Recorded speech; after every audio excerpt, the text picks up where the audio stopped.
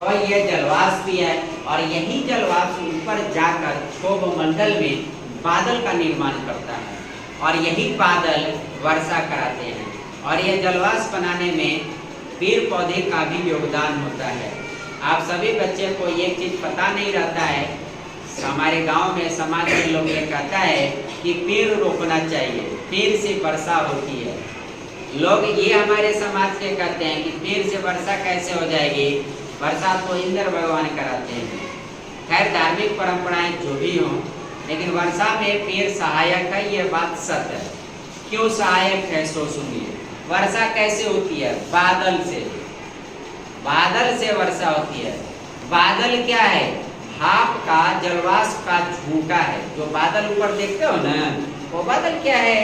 जलवाष्प, यही भाप का झोंका है तैरता हुआ, और उसका संघनन होता है। संघनन का मतलब होता है ठंडा होना।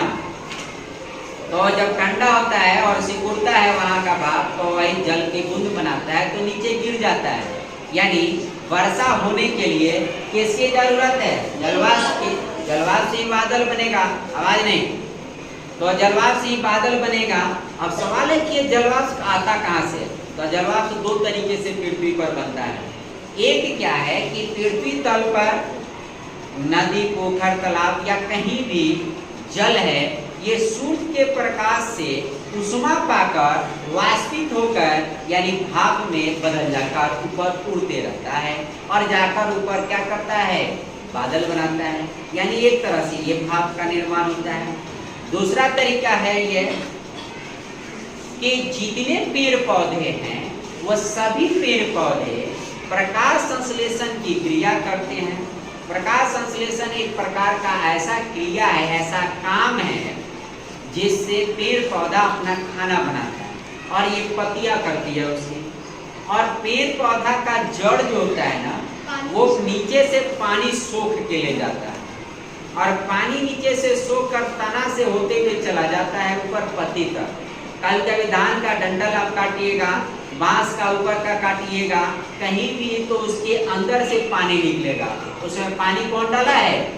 उसमें जाइलम नाम का ऊतक पाया जाता है, जो जड़ से वो सोख कर केशिकत्व प्रक्रिया द्वारा, केशिकत्व एक प्रक्रिया होता है जिससे कोई चीज ऊपर चढ़ता है, तो इसे चढ़कर ऊपर धीरे धीरे उसकी पेड़ की तनों से होकर, डाली से होकर पत्ती तक पहुंच जाता है।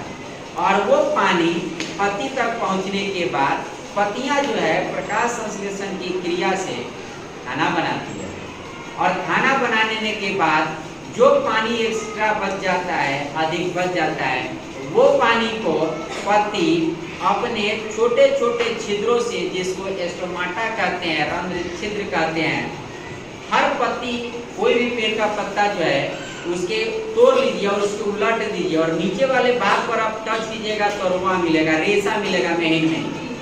जैसे हमारा ये रुआ है ना बाल, उसके चारों तरफ महीन छिद्र है जिससे पसीना निकलता है, ठीक उसी तरह से उस पत्तियों के निचले वाले भाग से जो एक्स्ट्रा पानी है वो भाप बनकर उड़ते रहता है। वो हमको पता नहीं चलता लेकिन वो निकलते रहता है और वो भाप बनकर फिर बाहर ऊपर जाता है और वो बादल बनाता है और क्या करेगा? तो फिर वर्षा होगा। तो भाप कितने तरीके से बना? भाप यानी जलवाष्प दो तरीके से। ये कैसे? गर्मी से प्रकाश की गर्मी मिला, पानी गर्म होकर भाप बन के ऊपर उड़ा। दूसरा क्या हुआ? इस धरती पर बहुत सारे पेड़ पौधे हैं और ये सभी पेड़ पौधे खाना बना रहे हैं। खाना बनाने के लिए जड़ इनका क्या कर रहा है? पानी सोख रहा है और पानी सूख कर कहाँ भेज रहा है? ऊपर भेज रहा है।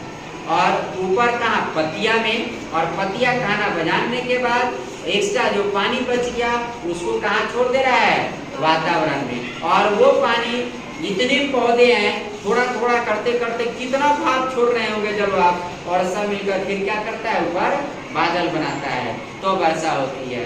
तो बताइए, पेड़ पौधे वर्षा कराने में सहायक है कि नहीं है? है ना? आपको पता है धान का पौधा जो होता है उतने पानी में भी खड़ा क्यों रहता है? क्योंकि धान के पौधा में उसके भीतर जो होता है मोटा मोटा छिद्र होता है, उसकी जोड़ें क्या करती है, पानी को कट से सोखती है, पत्ती मिल जाती है, खाना बनाया और एक्स्ट्रा पानी कट से हवा में छोड़ देती है, उसके शरीर में रहता ही नहीं है, इसलिए उसकी पौधा नहीं सूखता है। ठीक है ना। अगर वही पेड़ गिर जाता है तो सूख जाता है, क्योंकि वो जो पानी सूखने का ऊपर भेजने का जो दर है वो बाधित हो जाता है। तो पेड़ पौधा किस तरह से क्या है, सहायक है वर्षा कराने में, ये बातें समझ में आ गई। हम लोग वायुमंडल पर थे, वापस आते हैं वायुमंडल पर। तो वायुमंडल में क्या है, गैस है, नाइट्रोजन 78%, ऑक्सीजन 21%, कार्बन डाइऑक्साइड 0.03% और बाकी जो एक थोड़ा सा बच गया उसमें बहुत सारी गैसें हैं। दूसरा मैंने जलवाष्प के बारे में बता दिया। ये जलवाष्प जो है ना धरती के निचले सतह पर ज्यादा पाया जाता है, ऊपर